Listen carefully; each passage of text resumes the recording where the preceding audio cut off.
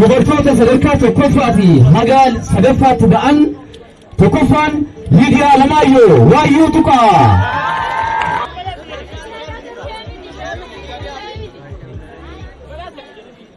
Boontuu Badhaasaa Waayyuu Tuqaarraa.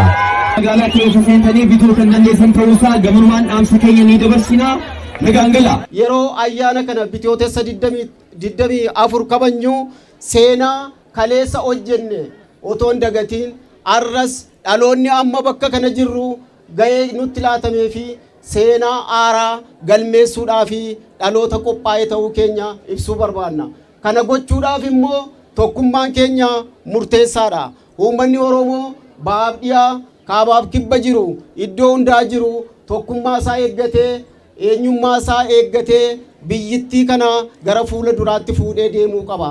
Kanaaf dargaggoonni dhaloonni hamma jirtan guyyaa irraa sitti argamtanii jirtanis dargaggoonni magaalaa keenya dargaggoonni godina keenya uummanni bal'aan godina keenya magaalaa keenya jirtan kan yeroo kamii caalaa hiyyummaa keessaa ba'uudhaa fi tokkummaa keenya mirkaneeffachuun nurraa eegama.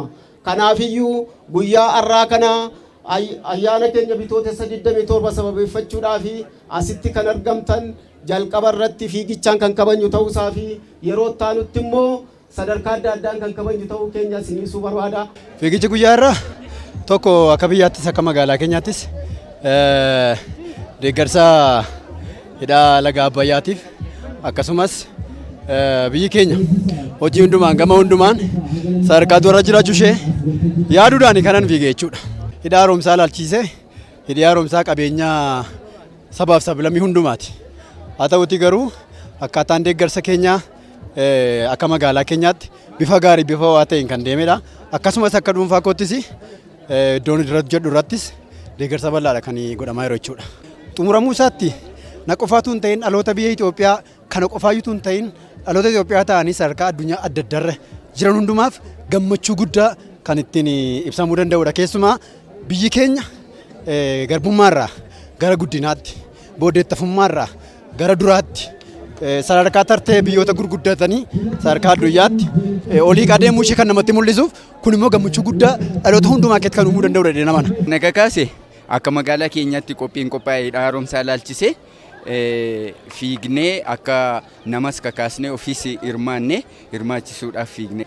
Hidha haaromsaatii fi yeroo jalqabaatii kaasee miindaa ji'a kutaa turre ittaansuudhaan boondii 2-3 bituudhaan hidha haaromsaaf deeggarsa guddaa goosisaa turre. Karaa mana barumsaas barattoota hirmaachisuudhaan hawaasa hirmaachisuudhaan manni barumsaas ofiisaa akka hirmaatu gochuudhaan deeggarsa gochaa turre jechuudha.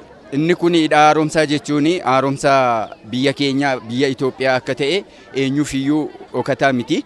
Xumuruus jala geenyerraa ofii keenya jalqabnee ofii keenya xumurraatiin kaane ammas hawaasni antuunni dhaltee eegee geessee dadhabdii akka jedhamu sana akka hin taanee fi xumura jala ga'eera. Isa xumuraa kanarrattis hirmaannaasaa ho'aa isa kanaan dura caalaa taasisee xumuruudhaan hiyyummaa itti obbaafachuu qabnaa hin jedha. Dorgommiin akkasii qophaa'uu isaatti baay'ee namatti tola. Yaa'u kanaa olitti fooyyee dorgommiin kun otoo qophaa'ee kanaan olii baay'ee namatti tola. Yaa'u haala jijjiiramaa irratti yaadanii qabu. Jijjiirama laga Abbayyaa irratti kanaa olitti uummannu kaka'umsa go'ate otoo qophii akkasii qophaa'ee irratti hirmaatamee bareedaa hin jedha. Hawaasni akkuma beekamu mootummaa keenya duukaa hiriire yaa'u deeggarsa laga Abbayyaa ammayyuu itti fufuu qabaa hin jedha. Guyyaa irraa akkuma arginu sirna fiigichaatti geggeessaa kan turre kunis kaayyoon isaa xumursiisaa hidha haaromsa guddicha keenya ittiin xumursiisuudhaaf akka godina keenyaatti guyyaa kaleessaa guyyaa dheengaddaa gidduu kana jechuudha dura parsentaa gaariidhaan kan deemaa turre fiigicha kana sababeeffachuudhaaf immoo qarshii miliyoona 3 walitti qabnee arjoomaaf akkaawuntii banameerra galchinee jirra jechuudha. Uummanni godina keenyaa sirnaan hojii kana hojjeteetu qarshii kana kaffalee jira jechuudha. Hidhi haaromsaa kun waggaa 14 kan dhagaan bu'uuraa kaa'ee waggaa 14 kana guutuu akka godina keenyaatti arjoomaan bittaa boondiidhaan kallattii adda addaadhaan hirmaannaa guddaa hirmaannaa gaarii gochaa ture.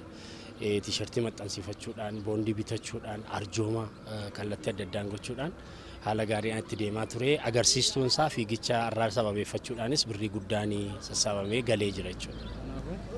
Kanaafuu xumursiisa yeroo afte kanarratti uummanni keenya waan xumursiifate kana ashaaraa kaawwate kana siidaa dhalootaa kaa'uudhaaf wantoota afte kana duguugee xumuratee faayidaatti galuu qaba, irraa fayyadamuu qaba.